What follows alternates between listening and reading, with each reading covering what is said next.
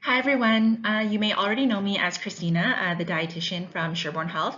You can also connect with me through St. Jamestown Community Corner. I've been working in this role since 2015, and over the years I've done a lot of workshops and cooking groups, and I really wish we could be in the kitchen together. Instead, I've decided to put together a little PowerPoint video just to share some tips to how to stay healthy, find budget-friendly, and also quick recipes, and hopefully you find this information useful. All right, so of course I'm going to start with breakfast. It's commonly referred to as the most important meal of the day, just because it is usually, for most people, where they get their energy to start the day. So general formula for breakfast would be a grain or starch, preferably a whole grain or a whole wheat bread or flour. And then a protein, so whether you are vegan, vegetarian, or you include animal products in your diet, you can use things like nuts, nut butters, eggs, and things like that. And then also, I try to encourage people to include fruit or vegetable. I think it's a lot easier for people to include fruit in their morning breakfast. But if you like vegetables in the morning and you have time to cook it, then that's great as well. So this recipe I'm going to show you today is really easy, very little amount of ingredients involved, and I have this every so often. And basically what you start with is your favorite fruit. So actually my favorite fruit to have in the morning is fresh raspberries, but I actually didn't have any, so I just took some frozen berries from the freezer and I popped them in the fridge overnight, and this is what it looked like in the morning. So next I just took a slice of my favorite bread. I usually pick a whole wheat variety, something with a lot of fiber in it. Usually look for about 2 grams per slice. And then I popped it in the toaster. Then I added 2 tablespoons of peanut butter. And then when I'm looking for peanut butter, any nut butter, I just try to make sure that the only ingredients is nuts and that there's no added salt or sugar. So once I've spread the peanut butter or any nut butter that you like onto the bread, this is the fun part where I feel like maybe kids will want to try. All you do is just take the fresh or frozen thawed berries and put them on top and just take a fork and start mashing away. All right, so there you go. Sometimes this is my breakfast and sometimes I have other things. Essentially, it's a piece of whole wheat bread with peanut butter. If you like almond butter or another nut butter, that's perfectly fine. And then some smashed fruit. Again, this recipe is really versatile and you can use it with almost anything in your kitchen at the time. If you don't like berries, you can use a thinly sliced apple, you can use banana slices, you can keep them in the sliced form or you can mash the bananas as well.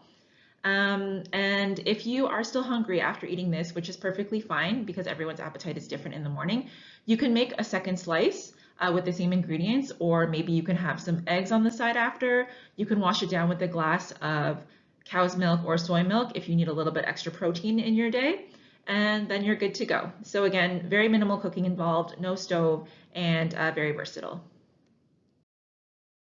So this is another option if you're not really in the mood for bread or toast in the morning. This is a version of overnight oats. So I've used quick oats, but if you like steel cut oats, you can use that as well, just as long as whatever oats you buy are in the plain natural form and they don't have any added flavors beforehand. So this is just about less than half a cup of quick oats, and then I've added for my fruit dried dates. With the dates, I've only added 2 chopped dates here just because while dates are fruit and they have naturally occurring sugars, their sugar content is actually very high per date. So I only needed 2 for this recipe.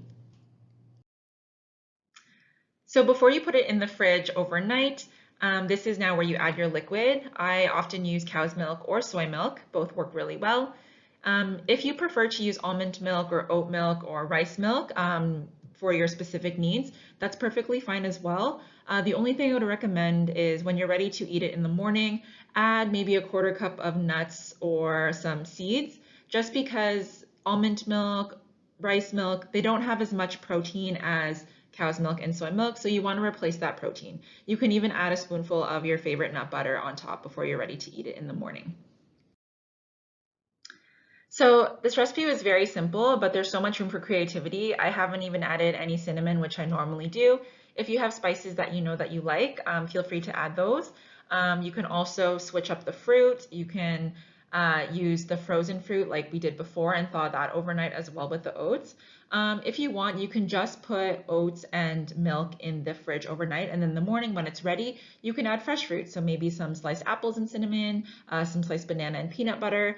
It's really an opportunity for you to be creative and also use what you have on hand.